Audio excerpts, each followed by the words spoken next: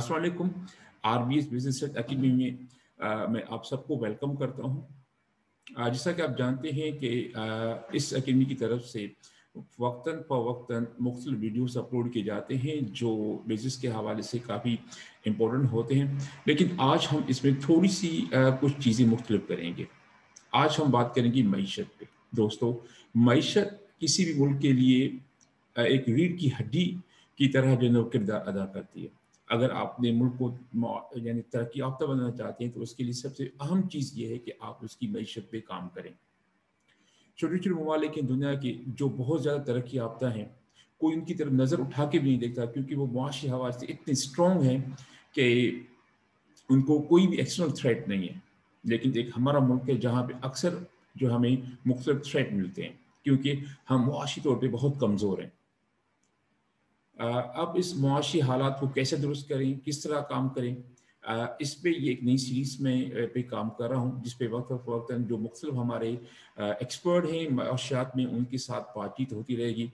आज हम इस वीडियो में एक बहुत अहम काम जो बात करेंगे वो करेंगे कि आजकल जो एक बड़ा इशू चल रहा है नेशनल मीडिया पे, लोकल मीडिया पे, प्रिंट हो या इलेक्ट्रॉनिक मीडिया, जितने भी मीडिया के फॉर्म, हर जगह कि हमारी जो मुआशी ग्रोथ है यानी इकोनॉमिक ग्रोथ है वो 4 पॉइंट समथिंग है।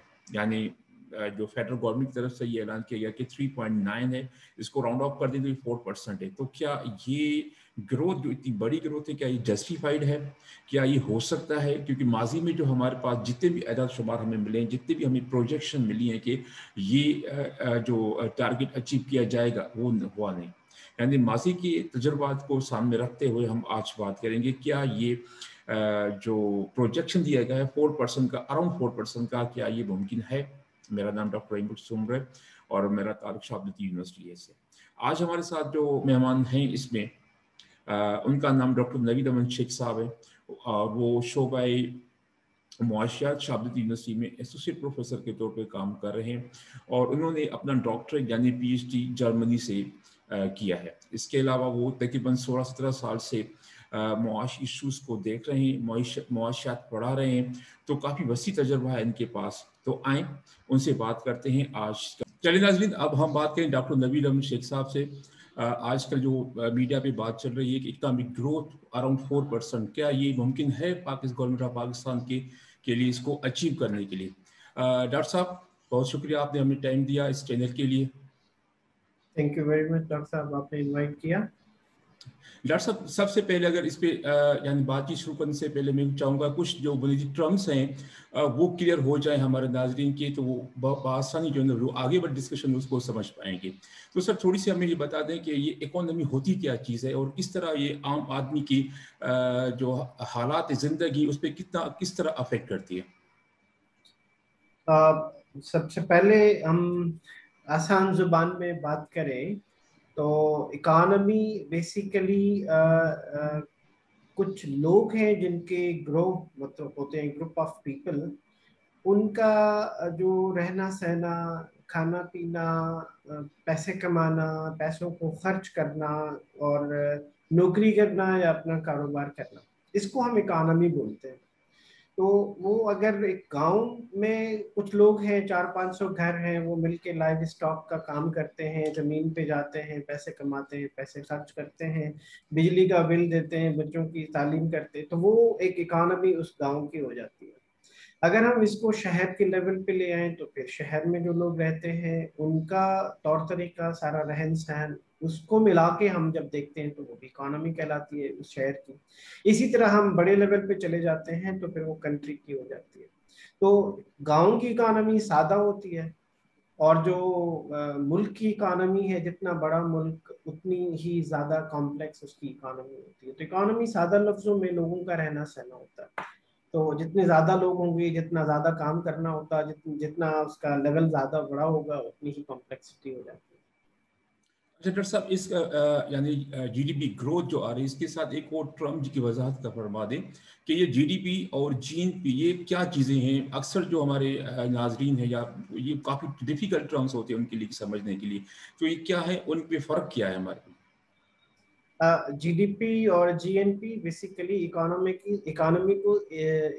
के साइज को मेजर करने के टर्म्स हैं, यूनिट्स हैं, कि हम किसी भी इकोनॉमी को या उसके साइज को कैसे मेजर कर सकते हैं।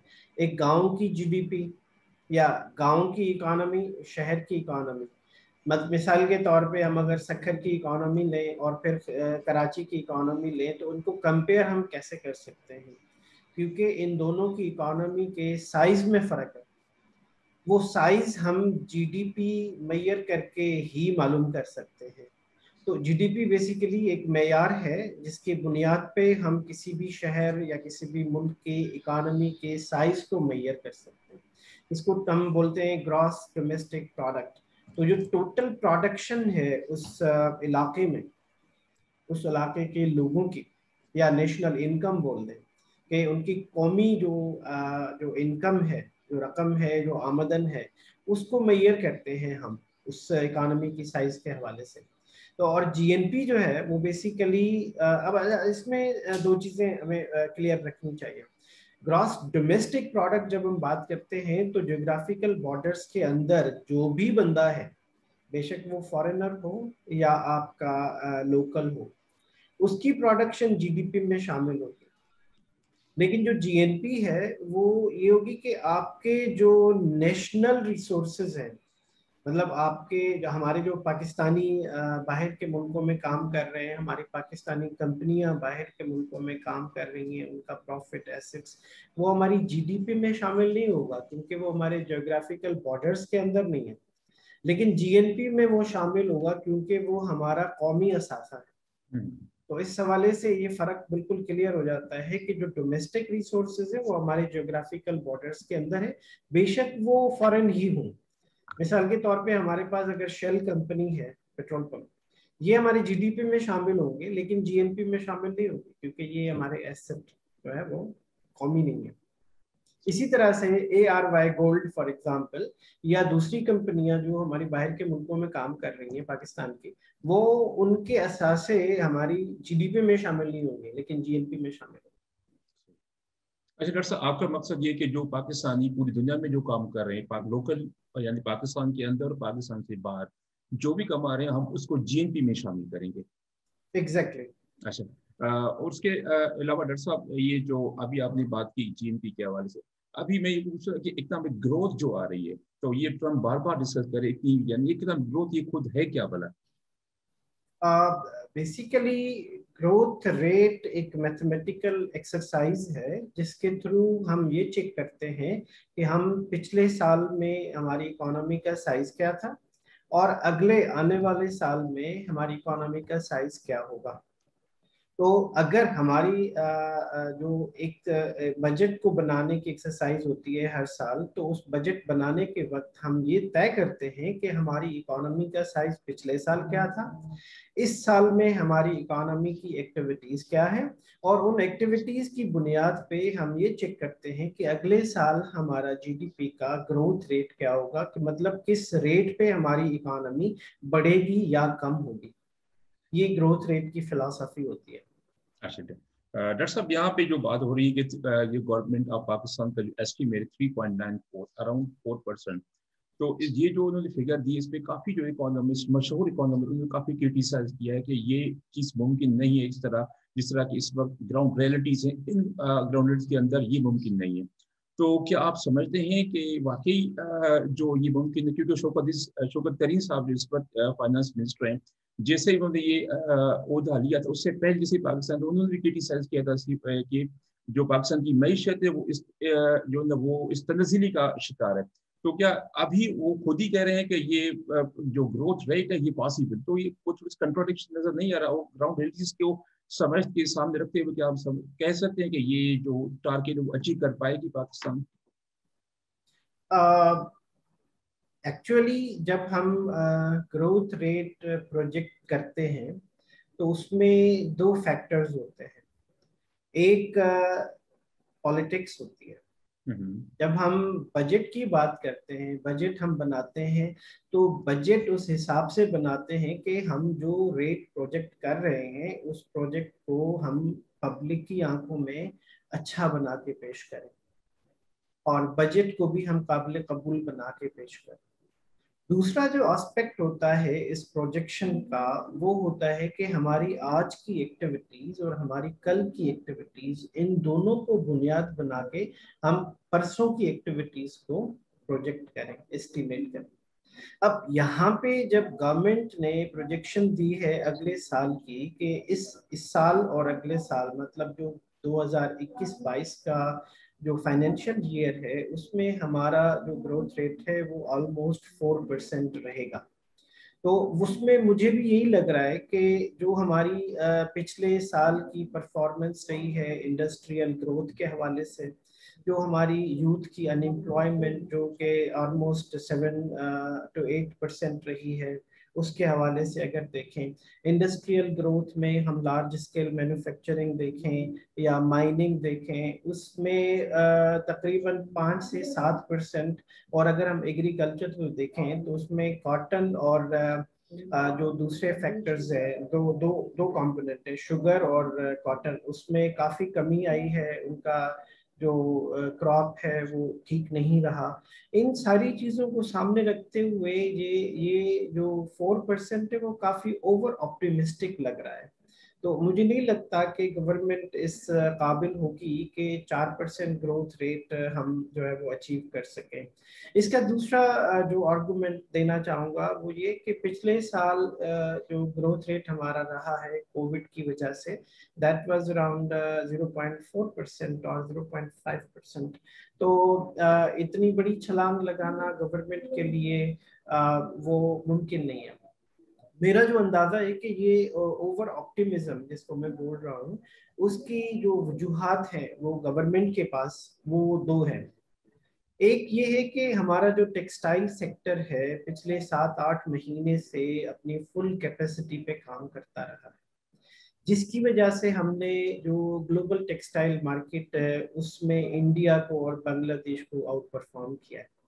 ہم نے جو یورپین یونین کی مارکیٹ ہے یا یو ایس اے کی مارکیٹ ہے اس کو ہم نے کیپچر کیا ہے, اور اس میں ہم نے یہ پروف کیا ہے کہ ہمارے ٹیکسٹائل سیکٹر میں بہت زیادہ پوٹینشیل ہے, کمپٹیشن کا بھی اور کوالٹی کا بھی.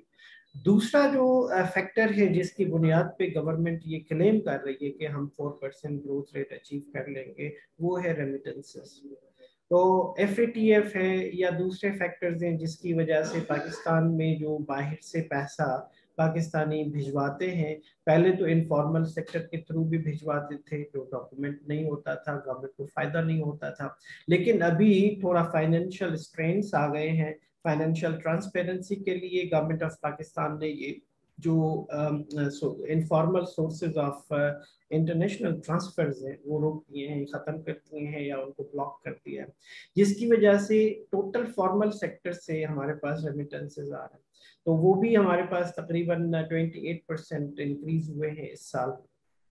اس کی وجہ سے بھی گورنمنٹ یہ کلیم کر رہی ہے کہ ہم 4% گروتھ ریٹ اچیو کر لیں گے. میرا جو خیال ہے یہ اوور آپٹیمسٹک ہے, اور ہمارا جو اگلے سال کا گروتھ ریٹ وہ آلموسٹ 3% اور 2.9-2.8% کے برابر میں رہے گا. ڈاکٹر صاحب یہاں پہ جو ڈان جو میرے سامنے اس وقت میں پڑھ بھی رہا ہوں, ایک آرٹیکل پبلش ہوا جس میں وہ یہی کہہ رہے ہیں کہ اسٹیٹ آف پاکستان وہ کے لیے اراؤنڈ 3% جو ہے وہ گروتھ پروجیکٹ وہ کر رہے ہیں, اور آئی ایم ایف اور ورلڈ بینک وہ 2%, اور جو آپ کے ورلڈ بینک ہے 1.5%. تو یہ جو اعداد شمار ہیں بین الاقوامی اور لوکل جو ہمارے اسٹیٹ بینک کے ہیں, تو یہ بھی وہی ظاہر کہہ رہے ہیں جو آپ جو کہہ رہے ہیں کہ جو ریٹ دیا گیا ہے گروتھ ریٹ, اس طرح یہ جو ہے وہ اچیو نہیں ہوگا.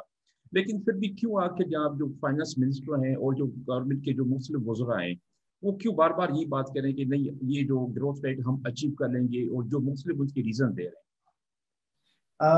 میں نے جیسے پہلے بھی عرض کیا ڈاکٹر صاحب کہ جو یہ پروجیکشنز کی جاتی ہیں فیوچر کے لیے, ان کو نہ صرف ہم معاشی لحاظ سے ان کو انالائز کرتے ہیں بلکہ ہمیں ایک پولیٹیکل فیکٹر بھی اس میں نظر آتا ہے. मतलब गवर्नमेंट पे काफ़ी सारी तनकीद होती रही है पिछले 1-2 सालों में उनकी इकोनॉमिक परफॉर्मेंस की वजह से। मिनिस्टर्स चेंज होते रहे हैं, स्टेट बैंक की खुद मुख्ताराना पॉलिसी के हवाले से भी काफ़ी तनकीद होती रही है। तो और पॉवर्टी का रेशो भी बढ़ा है, 24% से 35% पे आ गया है। जो गवर्नमेंट ने क्लेम्स किए थे गवर्नमेंट में आने से पहले, वो भी ऑलमोस्ट कंप्लीट नहीं हुए हैं, पूरे नहीं हुए, जिसकी वजह से काफ़ी क्रिटिसिज्म रहा है। तो इस दफा गवर्नमेंट ने शायद ये सोचा है कि हम इस तरह के प्रोजेक्शंस देके हम इसको पॉलिटिकली एक्सेप्टेबल बना देंगे, बेशक वो इकोनॉमिकली वायबल हो या ना हो। तो 1 साल तो फिर भी गुजर ही जाएगा। तो शायद ये वो कैपिटलाइज कर रहे हैं इन क्लेम्स को ओवर ऑप्टिमिस्ट बना के। यानी वो परसेप्शन मैनेजमेंट भी काम कर रहे हैं ताकि पब्लिकली जो परसेप्शन जो नेगेटिव हुई है इस गवर्नमेंट के बारे में, वो इस तरह की फिगर दे के वो क्या चाह रहे हैं कि किसी तरह की हमारी परसेप्शन है, पब्लिक परसेप्शन इस गवर्नमेंट के बारे में वो पॉजिटिव हो जाए। हाँ, ऐसा भी है बिल्कुल। और लेकिन अगर ये चीज पूरी नहीं होती तो 1 साल के बाद तनकीद डबल हो जाएगी और गवर्नमेंट की मुश्किलात और ज्यादा बढ़ सकती हैं। तो गवर्नमेंट को पॉलिटिकल कैपिटलाइजेशन के साथ साथ रियलिस्टिक भी होना चाहिए कि जो हम क्लेम्स आज कर रहे हैं कि क्या वो हम फुलफिल कर पाएंगे कि नहीं कर पाएंगे। अगर हम कर लिया, फुलफिल कर लिया तो अच्छी बात है, अगर नहीं किया तो ये जो क्रिटिसिज्म है वो डबल हो सकता है। ये सिर्फ टाइम जो है वो बोरो करने की जो स्ट्रेटजी है वो सही नहीं है। डॉक्टर साहब, यहाँ पे जो बात हो रही है इस वक्त, जो इन्फ्लेशन को मैं जो है रिश्ता है वो तकरीबन डबल डिजिट में अराउंड 12-11% जो government of Pakistan Pakistan state value दे रहा है। लेकिन अगर हम रियली जाए, मार्केट में जाए, तो काफ़ी जो इन्फ्लेशन रेट इससे बहुत ज़्यादा है। लेकिन जो भी है, क्या इस तरह की इन्फ्लेशन रेट के यानी ज़्यादा होने के साथ साथ क्या आप ग्रोथ इतनी हासिल कर पाएंगे? क्योंकि अगर जितनी ज़्यादा इन्फ्लेशन होगी उतनी जो है ना वो लोगों की जो कुव्वत खरीद है वो कम होती जाएगी। अगर वो लोग चीजें आपकी खरीदेंगे नहीं तो चीजें जो बनी हुई जीडीपी में वो किस तरह आप उसको खा पाएंगे? इन्फ्लेशन जो कैलकुलेट की जाती है किसी भी मुल्क में, वो सारी एक्सरसाइज सेंट्रल बैंक करती है, जिसको हम बोलते हैं कंज्यूमर प्राइस इंडेक्स। अब ये जो कंज्यूमर प्राइस इंडेक्स है उसको हम बेस करते हैं बास्केट ऑफ गुड्स जो फ्रीक्वेंटली कंज्यूम किए जाते हैं किसी भी घराने या किसी भी फैमिली से। मिसाल के तौर पे हम मर्सिडीज की प्राइस उसमें बास्केट ऑफ गुड्स में नहीं डालते। हम दूध की प्राइस फ्रीक्वेंटली, क्योंकि दूध और वीट है, वीट फ्लावर है और राइस है, इलेक्ट्रिसिटी है, ये सारी जो जो जो गुड्स हैं वो बेसिकली कंज्यूमर गुड्स कहलाते हैं। और क्योंकि कंज्यूमर ये चीज़ें बाजार से खरीदता है तो इस वजह से हम ये मार्केट प्राइस ली जाती है, होलसेल प्राइस नहीं ली जाती। तो इस हवाले से अगर हम इसको देखें तो प्राइसेस के या इन्फ्लेशन के दो पहलू हैं, एक कंज्यूमर के लिए है और दूसरा प्रोड्यूसर के लिए है। अब कंज्यूमर के लिए प्राइस का बढ़ना एक खराब चीज है, खराब अमल है, एक नेगेटिव अमल है, एक नेगेटिव जो है इम्पैक्ट है उसका कि मेरा परचेजिंग पावर भी कम हो जाता है। दूसरी तरफ अगर हम देखें तो सप्लायर के लिए ये एक खुशाइन बात होती है क्योंकि उनका प्रॉफिट बढ़ता है। अब अगर मैंने पिछले महीने कुछ चीजें खरीद के स्टॉक कर ली और आज उनकी प्राइस बढ़ गई तो मेरा उस पर प्रॉफिट मार्जिन बढ़ गया। तो जो इन्फ्लेशन का इम्पैक्ट ग्रोथ रेट पे होता है वो प्रोडक्शन साइड से पॉजिटिव होता है, लेकिन जो कंजम्पशन साइड है वो नेगेटिव होता है। अब अगर हम देखें पिछले 2 सालों से कोविड की वजह से हमारी कंजम्पशन ऑलरेडी कम हो गई है, तो जो कंज्यूमर परचेजिंग पावर है वो भी कम हो गई है। अब अगर हम यूरोपियन और अमेरिकन इकोनॉमीज को देखें तो वहाँ पे कोविड की वजह से काफ़ी कैश सपोर्ट दी गई है पब्लिक को ताकि वो अपने कंजम्पशन लेवल को बरकरार रख सके, जिसकी वजह से उनका ग्रोथ रेट मेंटेन रहता है। लोग जो इंडस्ट्री है या जो बिजनेस साइड है, सप्लायर्स हैं, वो अपनी सप्लाई तभी बढ़ाएंगे जब उनकी चीज़ें बाजार में खरीदी जाएंगी।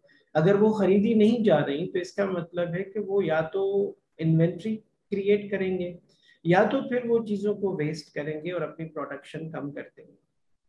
प्राइस का बढ़ना दो फैक्टर्स की वजह से है पाकिस्तान में। एक, हमारे पास ऑलरेडी शॉर्टेज ऑफ सप्लाई रहती है। दूसरा जो है वो टैक्स गवर्नमेंट ने इतने टैक्सेस लगाए हुए हैं, सेल्स टैक्स है, सेल्स टैक्स की मद में और इनकम टैक्स की मद में काफ़ी सारे फैक्टर्स हैं जिसकी वजह से प्राइस इंक्रीज होती रहती है। तो मेरा मानना ये है कि इन्फ्लेशन, हाई इन्फ्लेशन की वजह से प्रोडक्शन साइड पे पॉजिटिव इम्पैक्ट होता है, लेकिन परचेजिंग पावर कम होता है जिसकी वजह से जो कंज्यूमर है, जो मिडिल क्लास है, वो इमर्ज नहीं हो पाती और वो सफ़र करते हैं। तो ग्रोथ रेट हो सकता है मेंटेन हो जाए, इसकी वजह से उसका पॉजिटिव इम्पैक्ट हो, लेकिन सप्लाई डिमांड साइड जो है वो वीक रहेगी, इससे इनइक्वालिटी बढ़ सकती है। डॉक्टर साहब, आप जो बात करें, खास में बात करूंगा फूड इन्फ्लेशन की, क्योंकि फूड इन्फ्लेशन जितनी ज्यादा होगी तो जो लोगों की जो ज्यादा इनकम है, जो भी उनका मेजर जो इनकम है वो उस तरफ चला जाता है, यानी उसके फूड इन्फ्लेशन को मीट करने के बाद उसके पास कोई डिस्पोजल इनकम वो इतनी नहीं रहती, तो वो उसके अलावा दूसरी चीजें जो खरीद सके। लेकिन यहाँ पे शौकत ये तरीन साहब की जो मैं बात सुन रहा था, मुख्तलिफ चैनल पे इंटरव्यू आ रहे हैं, वो कह रहे हैं कि भाई सीमेंट की जो जो फर्क वो बहुत ज्यादा बढ़ गई है, गाड़ियों की फरोख्त बहुत ज्यादा बढ़ गई, जिससे वो जाहिर करते हैं कि इस वक्त इकोनॉमी वो बूम की तरफ जा रही है। तो क्या ये दो मुख्तलिफ इंडिकेटर हैं कि जिससे जाहिर होता है कि आपकी इकोनॉमी बूम की तरफ जा रही है? क्योंकि हो सकता है कि इस वक्त जो बड़ी बड़ी हाउसिंग सोसाइटीज चल रही है, लाहौर में रिंग रोड का मसला भी आपको याद है कि बड़ा स्कैंडल आ रहा है, तो क्या ये सीमेंट वहाँ खप रहा है? और इसके अलावा जो गाड़ियां, ज्यादा गाड़ी तो आम आदमी नहीं लेता, वो तो वो लेते हैं जिसके पास इतनी ज्यादा इनकम हो। तो क्या ये दो इंडिकेटर हैं इकोनॉमी की बूम के? तरीन साहब ने जो बात की है, मैं उनके साथ 100% मुत्तफिक हूँ कि ग्रोथ रेट बढ़ेगा, लेकिन लेकिन जो आई एम फ्री टू से कि जो ग्रोथ है वो विदाउट वेलफेयर होगी, क्योंकि जो जो एक खास तबका है उसको फायदा हो सकता है, जो एक्सपोर्टर है, सीमेंट फैक्ट्रीज के मालिकान हैं, इंडस्ट्रियलिस्ट्स हैं, या हाउसिंग सोसाइटीज के मालिकान हैं, या जो टेंडर पास करते हैं, या जो ठेकेदार हैं जो ये काम करते हैं वहाँ पे, उनको फायदा हो सकता है। लेकिन उसकी वजह से लेबर को फायदा नहीं होगा, क्योंकि उनका purchasing power already has been purchasing power has been eaten by the high inflation rate. और दूसरा, दो इंडिकेटर्स होते हैं जिसकी वजह से आपके माशरे में ग्रोथ भले हो लेकिन इनइक्वालिटी भी उसके साथ साथ बढ़ती है।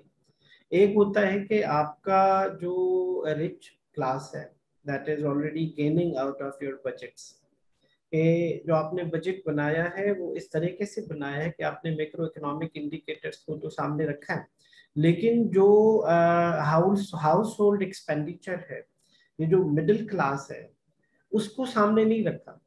अब मिडिल क्लास के लिए फूड इन्फ्लेशन बहुत बड़ा फैक्टर है। अब फूड इन्फ्लेशन अगर आपकी एवरेज इन्फ्लेशन रेट से ज्यादा हो तो इसका मतलब ये है कि आपका गरीब तबका, जो आपका जो मिडिल क्लास है, वो पूरी तरह अफेक्ट हो रहा है।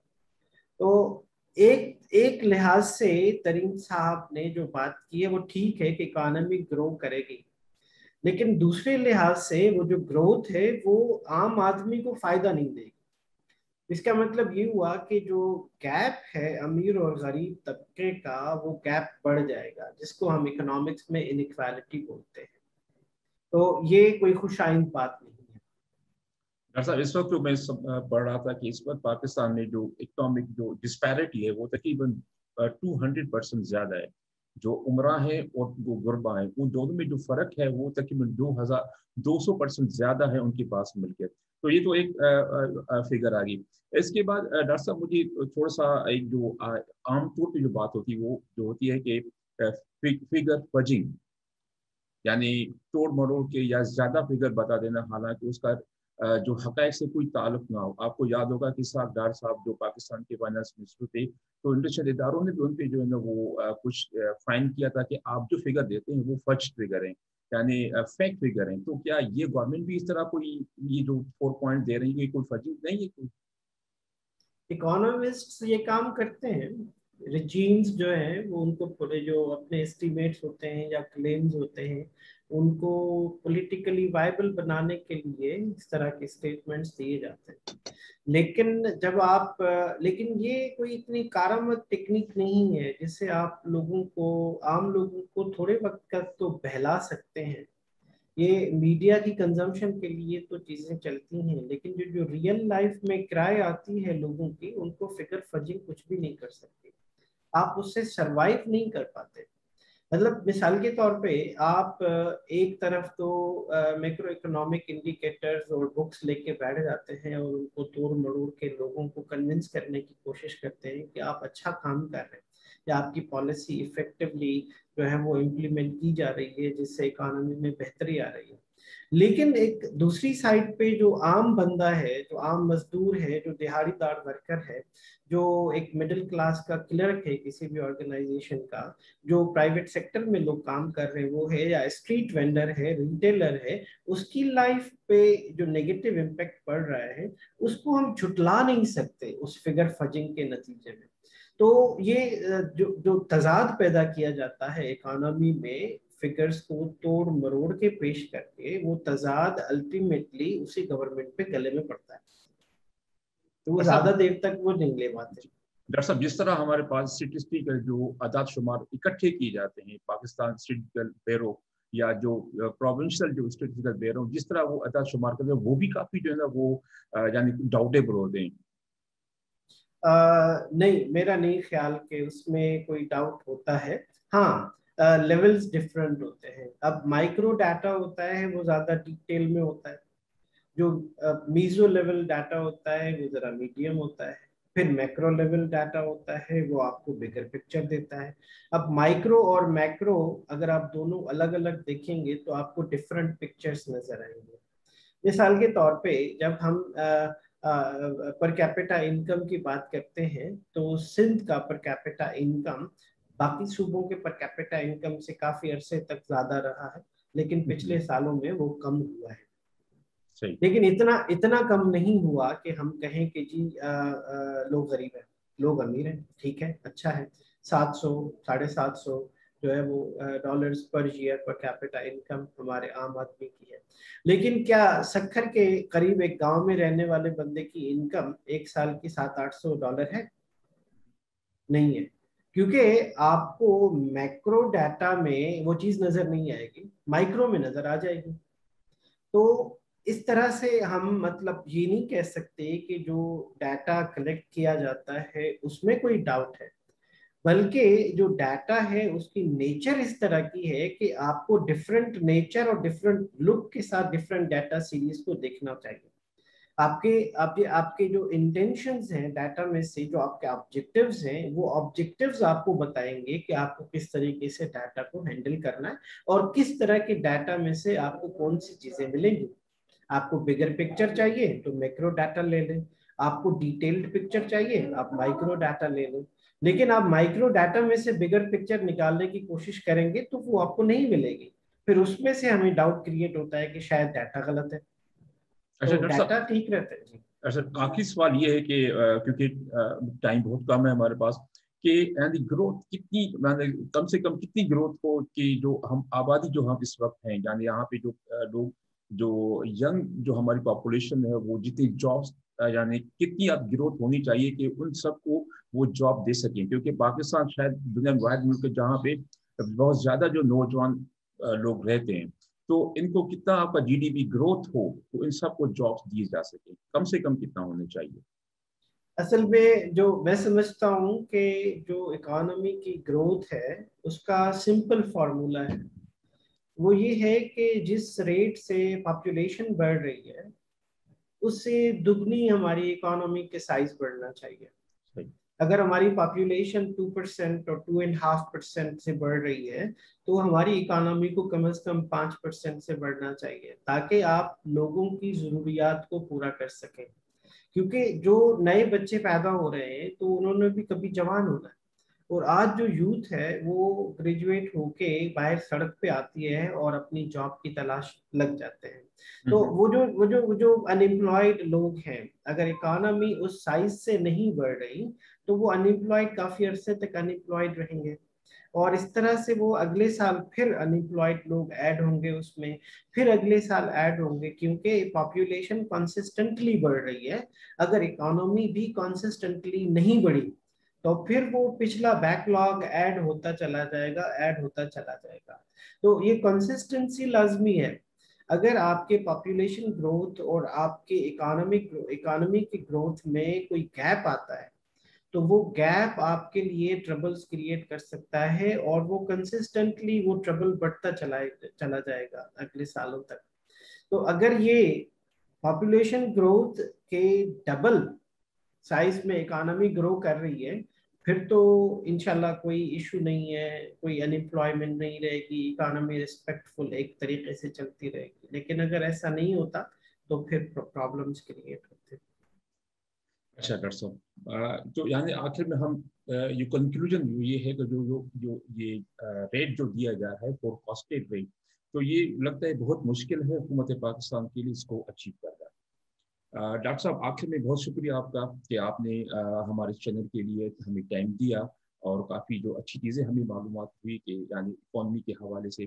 چلتے چلتے ایک آج ہی خبر آئی ہوئی ہے, بہت خوشخبری ہے ہمارے سب پاکستانیوں کے لیے کہ ریپبلک کا جو مسئلہ تھا وہ حل ہو گیا, اور اس کے علاوہ جو اس کے ایسٹ جو اٹیچ تھے ریپبلک کے کیس میں پی آئی اے کے, وہ بھی ہمیں جو منجمد تھے فریز تھے وہ بھی انفریز ہو گئے. اور یہ جو کمپنی تھی جس کے ساتھ معاہدہ تھا گورنمنٹ آف پاکستان کا ریپبلک کے حوالے کے وہاں کھدائی کے حوالے سے, وہ بھی سارا جو کلیم تھا وہ سارا اس کا ختم ہو گیا. اور جو اس کے علاوہ جو بھی جو خرچہ آیا تھا پورا سوٹ پہ جو کیا تھا تو اس کا بھی وہ گورنمنٹ آف پاکستان کو کمپنی کو پے کرنا ہے. تو یہ بہت بڑی خوشخبری تھی ہم سب پاکستانیوں کے لیے. سر کچھ دو کمنٹ کچھ چیز اس کے بارے میں آپ کہیں گے؟ یہ واقعی میں بہت اچھی بات ہے, اور یہ ہماری جو انٹرنیشنل کریڈیبلٹی ہے پولیٹیکل اور اکانومک, میں سمجھتا ہوں کہ اکنامک سے زیادہ پولیٹیکل کریڈیبلٹی ہماری بحال ہوئی ہے, جس کی وجہ سے جو انٹرنیشنل ڈونر ایجنسیز ہیں یا ٹرانسپیرنسی انٹرنیشنل ہے یا دوسرے ادارے ہیں جو ہماری کریڈیبلٹی کو میئر کرتے ہیں, ان کے لیے ایک لیسن ہے کہ اس طرح سے پاکستان کو دیکھنے کی ان کی نظر اب چینج ہونی چاہیے. وہ ان کو سمجھنا چاہیے کہ ایسا جو انٹرنیشنلی اسکینڈلائز چیزیں ہوتی ہیں ملک کے خلاف, وہ ان میں کوئی ریالٹی نہیں ہے اتنی. ان کو اگر ہم گورنمنٹ کے خلاف یا گورنمنٹ کے فیور میں چیزیں دیکھ کے اس سے بالاتر ہو کے سوچیں ملک کے حساب سے, تو یہ بہت ہی زبردست چیز ہے جس کا کریڈٹ اس گورنمنٹ کو ملا ہے. ڈاکٹر صاحب بڑا شکریہ, I am really very much thankful for your time. انشاءاللہ پھر جلد آپ سے ملاقات ہوگی کسی اور معاشی ایشو کے بارے میں, ہم آپ سے بات کرتے رہیں گے. تب تک آپ کا بہت شکریہ. اور ناظرین, آپ نے ابھی باتیں سنی ڈاکٹر نوید احمد شیخ صاحب کے, وہ بھی جو ہے نا وہ اتنا کوئی آپٹیمسٹک نہیں تھے کہ یہ جو گروتھ ریٹ دیا جا رہا ہے وہ اس کو اچیو کر پائے گی, کیونکہ ماضی میں جو بھی انہوں نے گورنمنٹ آف پاکستان نے جو بھی ہمیں پروجیکٹڈ فگر دی وہ کبھی بھی نہیں ہو سا ہوا کہ بہت یعنی ریئر بھی ہوا کہ انہوں نے وہ چیز حاصل کی ہوئی ہو. بہرحال انشاءاللہ بہت جلد پھر آپ سے ملاقات ہوئی کسی نئے ٹاپک کی معیشت کے حوالے سے ڈاکٹر نوید احمد شیخ صاحب. تب تک اپنے میزبان ڈاکٹر رحیم السمر کو دیں اجازت. خدا حافظ.